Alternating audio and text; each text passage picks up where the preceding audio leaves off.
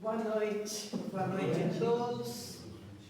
Mais uma vez estou aqui para falar. Hoje eu estou substituindo uma amiga que precisou viajar por causa da irmã, que não está bem.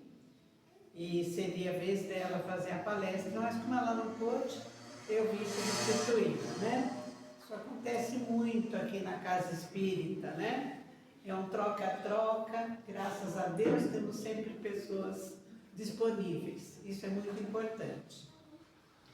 Eu hoje vou falar, eu não sou palestrante, eu sou uma estudiosa, eu gosto de ler, de estudar, e palestra é Haroldo Dutra, né? Chico Xavier, Divaldo Franco, né? Eu sou uma estudiosa, como vocês são, então, só que como eu tenho a facilidade por ser professora, o professor tem essa facilidade, né? De chegar e ver o público e falar. Mas eu não sou uma palestrante espírita, não tenho aquele conhecimento. Estou procurando, vou achar um dia, né? Se Deus quiser. E eu então costumo ler, e eu gosto muito de ler essa revista espírita. Vocês devem conhecer, ver, tem até aqui, às vezes, um jornalzinho que tem artigos da revista espírita. Aqui neste livro são só os artigos da revista espírita, é muito interessante. E é do ano de 1858, escrito por Allan Kardec, né? Então, naquela época, eles faziam as reuniões espíritas para entender o que era o espiritismo. E quando eles faziam as reuniões, eles recebiam os espíritos, faziam perguntas, recebiam as respostas e depois eles faziam uma análise de todas as respostas que podiam ter dos outros grupos espíritas, muitos até de outros países. E ele recebia as respostas, né, através de cartas, de telegramas, a mesma pergunta, ele queria identificar se havia verdade naquilo. Então ele fazia a mesma pergunta na França, a mesma pergunta era feita nos Estados Unidos, a mesma pergunta era feita em vários lugares. E se houvesse uma resposta igual, ele considerava como verdadeira. E naquela época nós não tínhamos televisão, não tinha telefone, acho que telefone devia ter, né? Não sei bem, acho que sim, mas celular com certeza não tinha, né? Então as respostas eram dadas através de cartas. E eu abrindo aqui o meu livrinho, eu gosto de abrir e ver o que eu vou falar, o que eu vou apresentar. E caiu a caridade. A caridade nós já falamos aqui, já ouvimos muitos palestrantes que vêm e falam sobre a caridade, né? O espírita tem muito a ver com a caridade. Nós temos o nosso lema, vamos dizer assim, fora da caridade não há salvação. Então veja como é importante para nós essa caridade. E aqui no Livro dos Espíritos, né, no Livro dos Espíritos não, no Evangelho segundo o Espiritismo, tem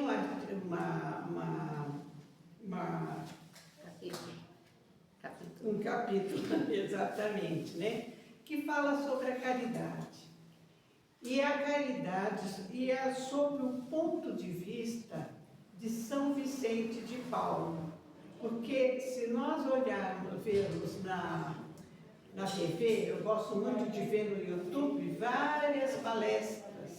E se vocês ouvirem a palestra de Haroldo Dutra sobre caridade, de Jorge Elahá sobre a caridade, sobre o Arthur Valadares sobre a caridade, cada um tem um ponto muito importante. Então, nós temos que fazer uma junção de tudo isso. Mas, no nosso Evangelho, quem fala sobre a caridade é São Vicente de Paulo, que sempre aparecia para dar uma informação. Era um espírito que sempre dava uma informação. E tem a oração de São Vicente de Paulo. E ele fala: ó glorioso São Vicente de Paulo, patrono dos pobres e dos necessitados, que fostes um modelo de caridade e compaixão, olhai com amor para nós, que passamos por dificuldades e sofremos a pobreza. Então, São Vicente de Paulo, ele é o patrono de nós, os pobres, os humildes, os necessitados. E então é muito bom a gente ter essa oração, porque nós sempre estamos precisando de alguma coisa, né? Então, Kardec fala nessa revista que foi seu mais importante instrumento de pesquisa, uma espécie de laboratório, onde todas as manifestações mediúnicas do mundo todo eram examinadas. E um dos espíritos que participou ajudou na compreensão dos efeitos até então inexplicáveis foi São Vicente de Paulo. E aqui no livro, São Vicente fala o seguinte: sede bons e caridosos, eis a chave do céu. Posta em vossas mãos toda a felicidade eterna. Esta conquista nesta máxima: amai-vos uns aos outros. Não pode a alma elevar-se às regiões espirituais senão pela dedicação ao próximo. Então, nós pensamos, a caridade é a materialização, se assim nós podemos falar, né, do amor ao próximo. Nós temos, quando nós amamos o próximo, nós fazemos tudo por ele. E nós não podemos, não devemos, aliás, julgar e nem cobrar esse amor que nós temos que ter pelo próximo. O egoísmo, essa é uma chaga que nos atrapalha para exercermos os nossos melhores atributos, que atrapalha o nosso progresso espiritual. Nós precisamos ter cuidado com o egoísmo. A caridade é a maior das virtudes. Eu fui pesquisar para encontrar, sabe quantas virtudes nós temos? Podemos ter 50. E diz que para a gente ser caridoso, a gente precisa ter uma boa quantidade dessas virtudes. São várias. Mas a maior de todas as virtudes, a melhor, a mais praticada por Jesus, foi a caridade. De uma forma simples, espontânea, Jesus praticava a caridade de uma forma mais simples. E aí que nós temos que nos exemplar, né? Ele nos deu exemplo quando aqui esteve. Foi amigo de todos. Ele andou com pobres, humildes, cobrador de impostos, que naquela época era muito renegado. Prostituta. Maria Madalena andava com Jesus, com todos os seus amigos. Sem reservas. Ele andava com todos sem reservas, né? Ele também ia na casa dos ricos. Ele foi jantar na casa de Zaqueu. Zaqueu era rico. Zaqueu, ele era um agiota, ele emprestava dinheiros a juros, né? Por isso ele não era muito querido na época. E Jesus, quando passou na rua, Zaqueu subiu na árvore, porque ele era pequenininho, e ele queria ver Jesus. Ele sobe na árvore, né, para ver Jesus passar. Jesus fala para Zaqueu: esta noite vou jantar na sua casa. E o povo em volta ficou todo horrorizado. Por quê? Porque eles não gostavam de Zaqueu. Porque Zaqueu emprestava dinheiros a juros. Então veja bem, Jesus andava com todos, ele não escolhia. E nós escolhemos. É difícil aceitarmos o diferente, não é? Mas nós precisamos aceitar, né? Então eu vou ler aqui no livro o que São Vicente fala. São Vicente fala para nós: não vos disse o Cristo tudo quanto concerne às virtudes de caridade e do amor? Porque são postos de lado aos seus divinos ensinamentos, porque tapam os ouvidos das suas divinas palavras e cerram o coração a todas as suas máximas suaves, porque Jesus era suave, ele não impunha as coisas. Gostaria que a leitura do Evangelho fosse feita com mais interesse pessoal. Lede, pois, essas páginas de fogo do desenvolvimento de Jesus e meditai-as. Nesse livro encontrais todos os ensinamentos que vos devem levar às regiões celestes. De que livro ele está falando? Do Evangelho. Então, o Evangelho para nós é um guia que nós precisamos ler e pôr em prática. Ler a gente até consegue, né, gente? A gente até lê, né? Mas pôr em prática, aí vem a nossa dificuldade.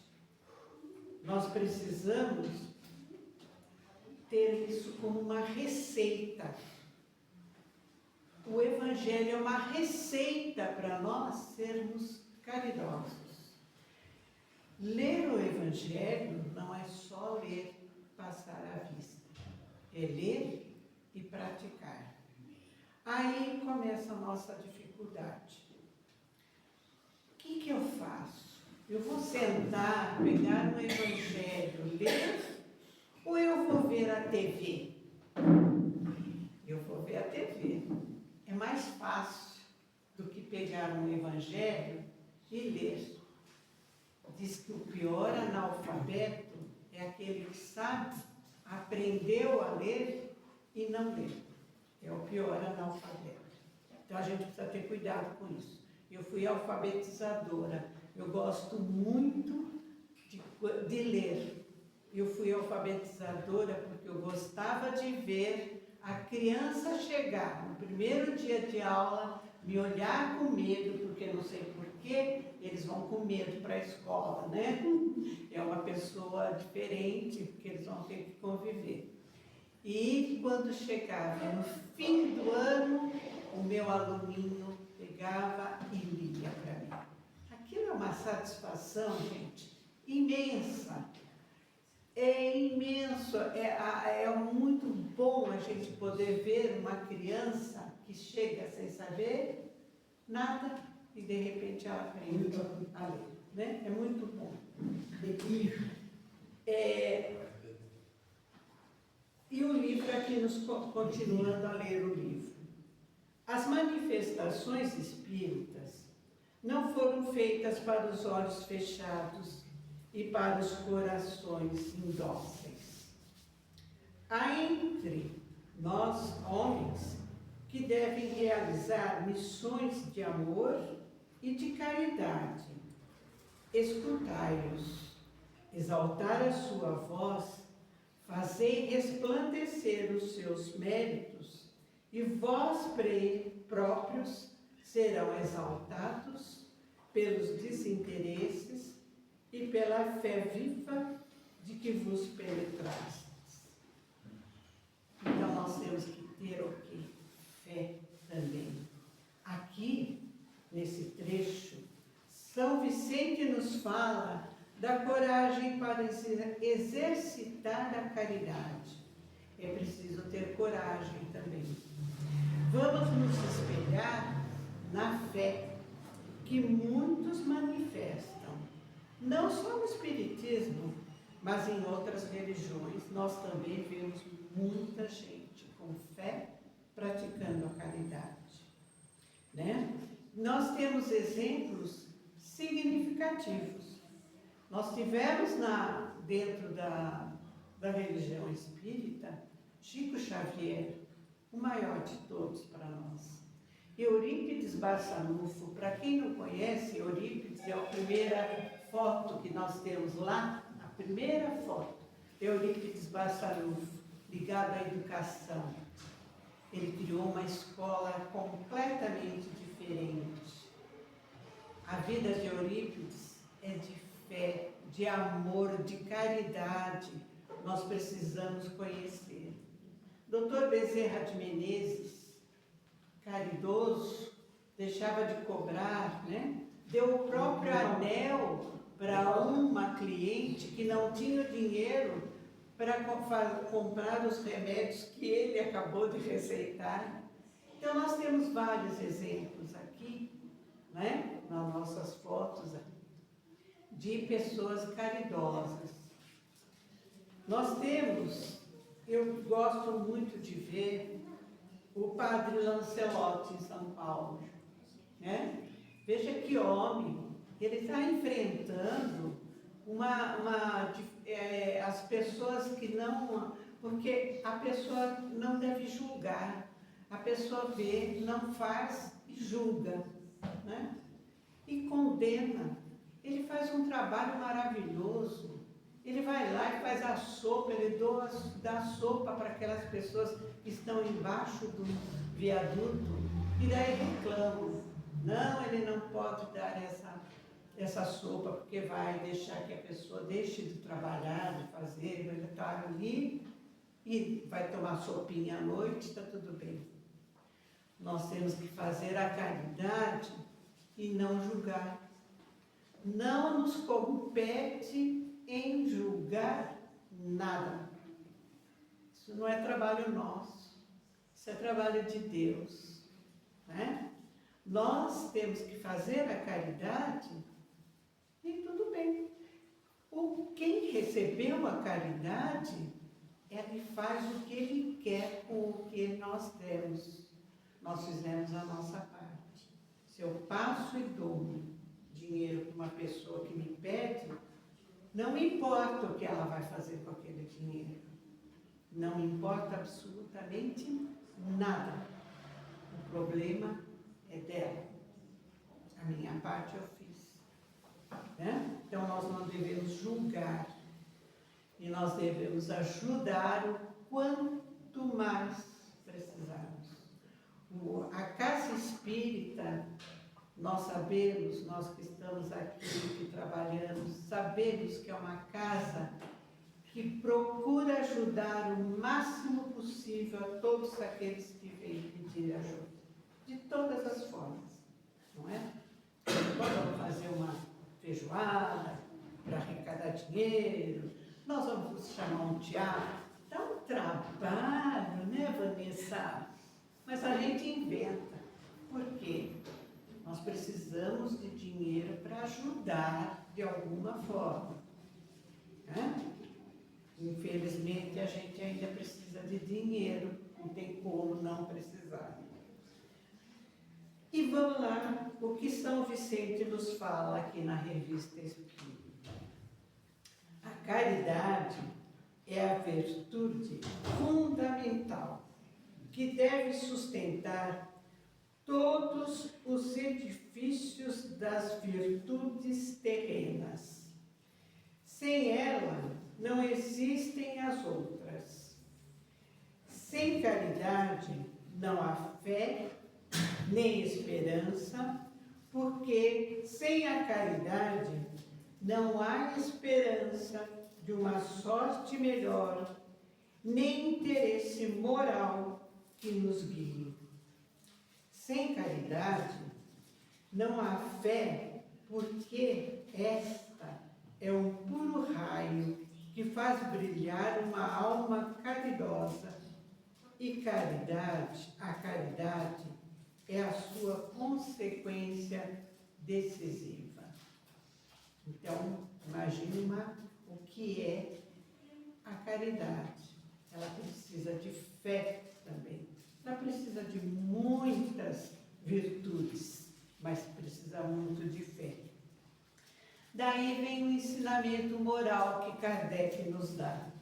Fora da caridade, não há salvação. Isso nós temos que ter bem dentro do nosso coração, bem dentro da nossa mente. Quando Kardec fala isso, fora da caridade não há salvação, nós temos que nos preocupar e muito com os nossos semelhantes. De várias formas, com um sorriso, com um abraço, com uma palavra, com um ouvido. Ouvir o amigo, ouvir aquele que está necessitando. E ouvir é mais difícil do que falar. Porque muitas vezes a pessoa chega para falar uma coisa que ela quer desabafar, e o que acontece? A outra começa, mas eu também tive esse problema, e daí vai e não ouve o amigo, que estava tão angustiado querendo falar alguma coisa. Eu tive uma vez uma experiência muito interessante.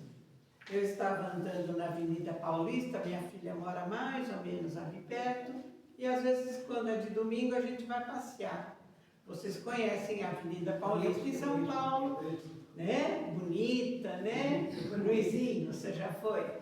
E na Avenida Paulista fecha-se tudo, né? E a gente fica caminhando, gostoso, né? Bonito.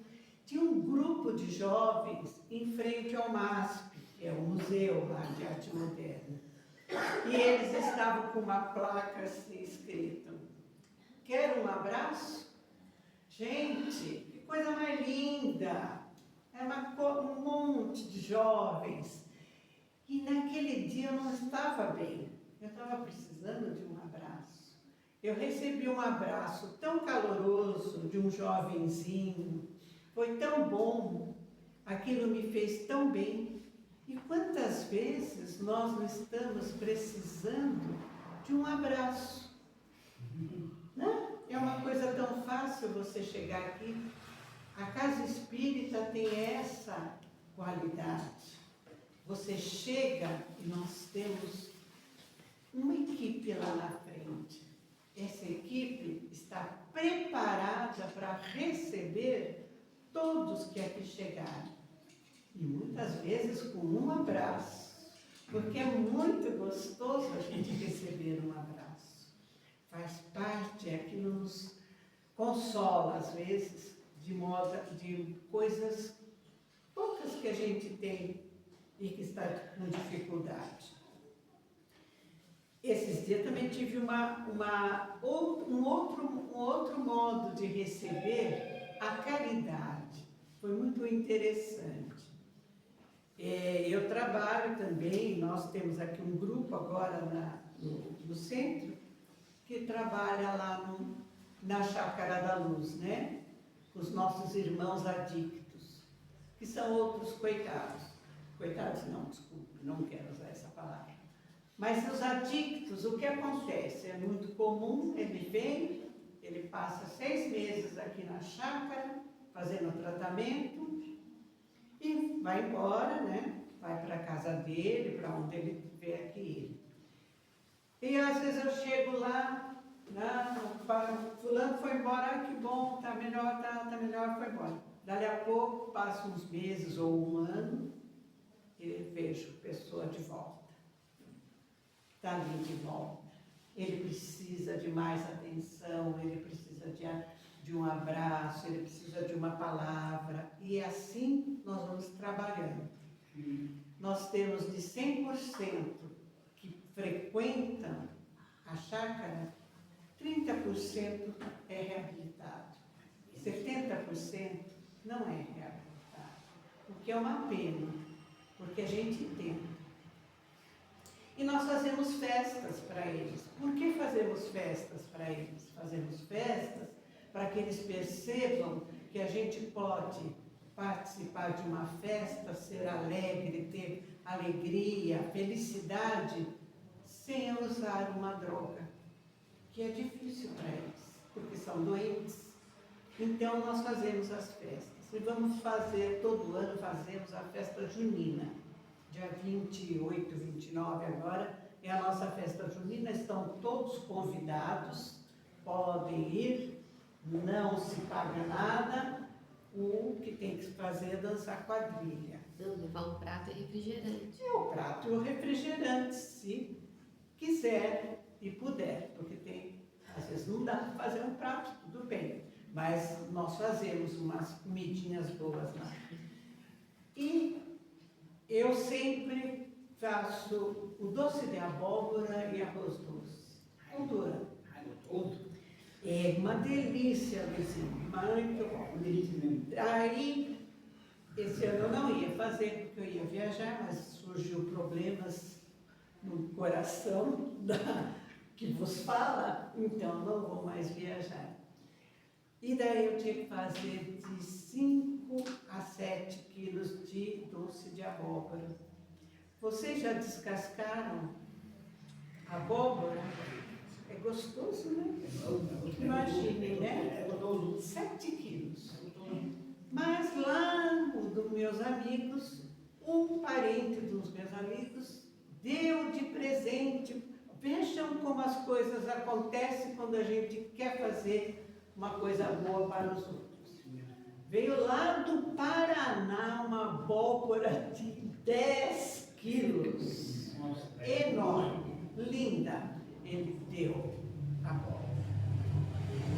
Para que essa abóbora nascesse, teve alguém que plantou essa abóbora, não é? Alguém botou essa semente lá na terra. Ele deu. A abóbora veio. E agora? Precisa-se descascar essa abóbora. Eu faço doce, mas descascar, eu estava pensando, meu Deus do céu, minha mão, né? Não, uma família, o marido e o filho de uma amiga descascaram e picaram 10 quilos de abóbora. Nossa, Quando chegou na minha casa, a abóbora, para fazer o doce, foi pôr na panela e jogar o açúcar em cima. Veja só que facilidade. E eu estava preocupada com a abóbora, porque eu ia ter que descascar. É uma cadeia. Quando se tem boa vontade, quando a gente quer fazer alguma coisa, as coisas vão acontecendo. Nós, aqui, quando fazemos esses teatros, trazemos esse teatro, é impressionante, gente.